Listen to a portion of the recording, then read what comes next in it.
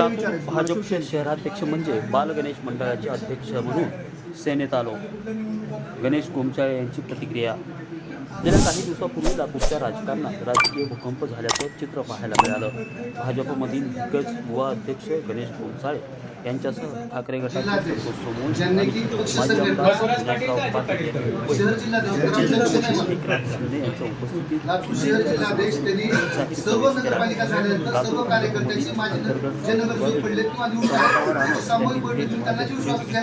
यांना कार्यकर्त्यांची काही अडचणी नाही, ते फक्त स्वतःचा स्वार्थ पाहतात आणि भाजप शहराध्यक्ष म्हणजे बाल गणेश मंडळाचे भाजप सोडून अजित पाटील तोरा लगावलाय.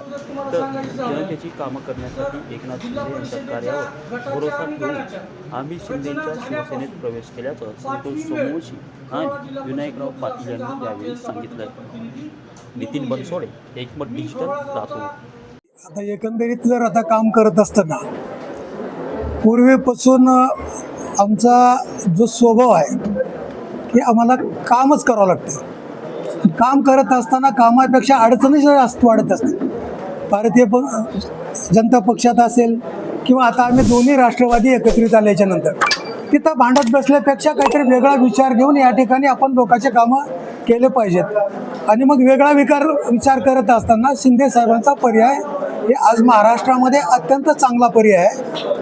सगळ्या कार्यकर्त्यांना घेऊन चालणारा स्वभाव त्यांचा आहे.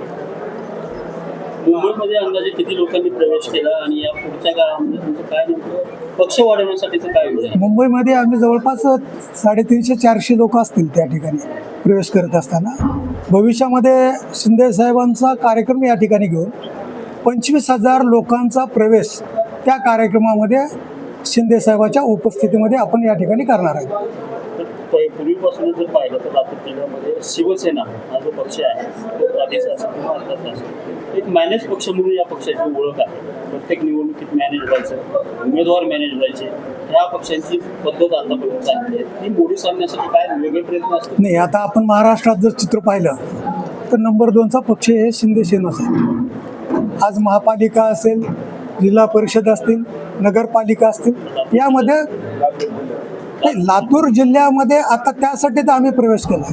बाबासाहेब पाटील हे मित्र पक्षात आहेत, आता तुमचे मित्र झाले नाही. हो, काय राजकारणामध्ये कोण कधी मित्र होईल आणि कधी कोण शत्रू होईल हे काही सांगता येत नाही. महायुतीमध्ये दोघे एकत्र फोटो नाही, एकत्रित असलं तर वेगळ्या पक्षात आहेत. महायुतीमध्ये एकत्र हो ना. आतापर्यंत जे नाही, आता तर ते पुढे आहेत ना, मी पाठीमागे. नाही, आता हात पुढंच आहे ना. जिथं शिंदे साहेब आणि सुनित्राताई एकत्रित आहेत उपमुख्यमंत्री म्हणून, आमचे हात तसेच असणार आहेत ना. चांगला शिवसेनेला पडेल आणि वाईट भाजपाला पडेल. भाजप सोडून एक सत्तेचा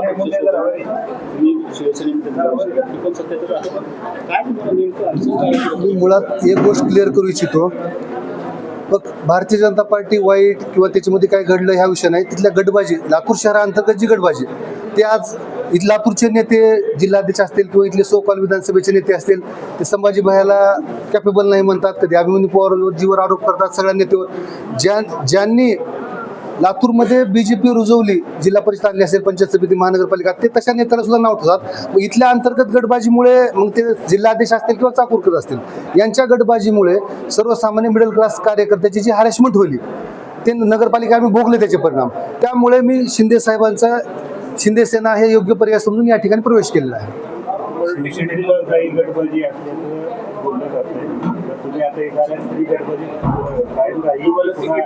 शिवसेनेतली गटबाजी ही कार्यकर्त्याची असू शकते, हा, पण इथली गटबाजी नेत्याची आहे. कुणाचं सोनं करायचं आणि कुणाचं माती करायचं ठरवून चाललंय.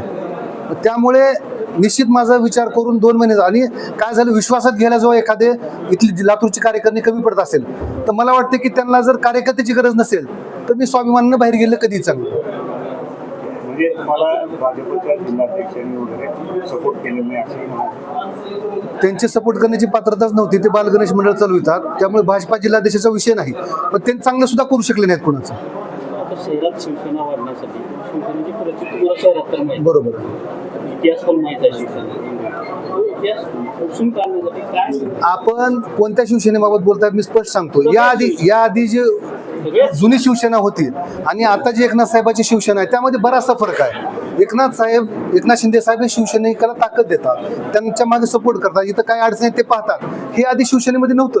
कदाचित ले कार्यकर्ते कधी कमी पडले असतील, पण त्यांना सोबत घेऊन ही ताकद कशी वाढता येईल आणि लातूरच्या महानगरपालिकेवर शिवसेनेचा झेंडा, भगवा झेंडा कसा फडकवता येईल यासाठी आम्ही आता 5 वर्ष प्रयत्न करा. आणि यासाठी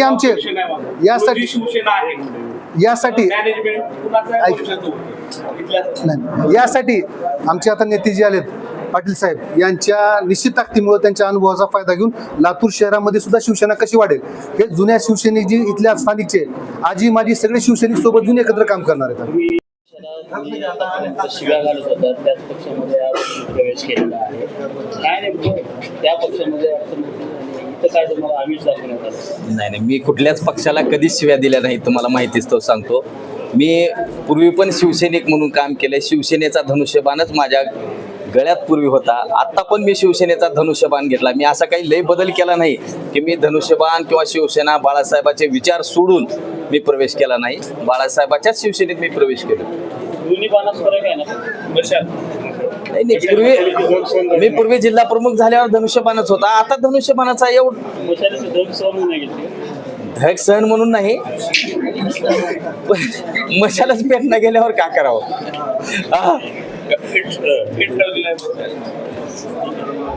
काय विजन असणार नाही, त्या काळामध्ये? महाराष्ट्रामध्ये सध्या एकनाथरावजी शिंदे साहेब यांच्या नेतृत्वाखाली एक व्हिजन असलेला नेता, एक सर्वसामान्य लोकांचा नेता, लाडक्या बहिणीचा नेता म्हणून जर महाराष्ट्रात कुणाची ओळख असेल तर एकनाथरावजी शिंदे साहेबाची आहे. सर्वसामान्याचे काम करायचं असेल तर एकनाथरावजी शिंदे साहेबासारखाच नेता आवश्यक आहे.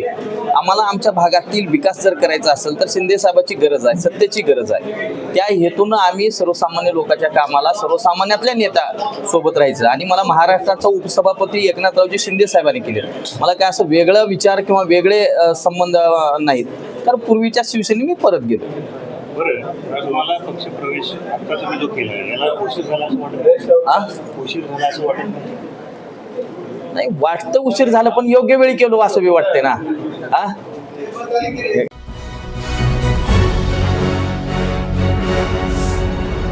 Thanks for watching Ekmat Digital.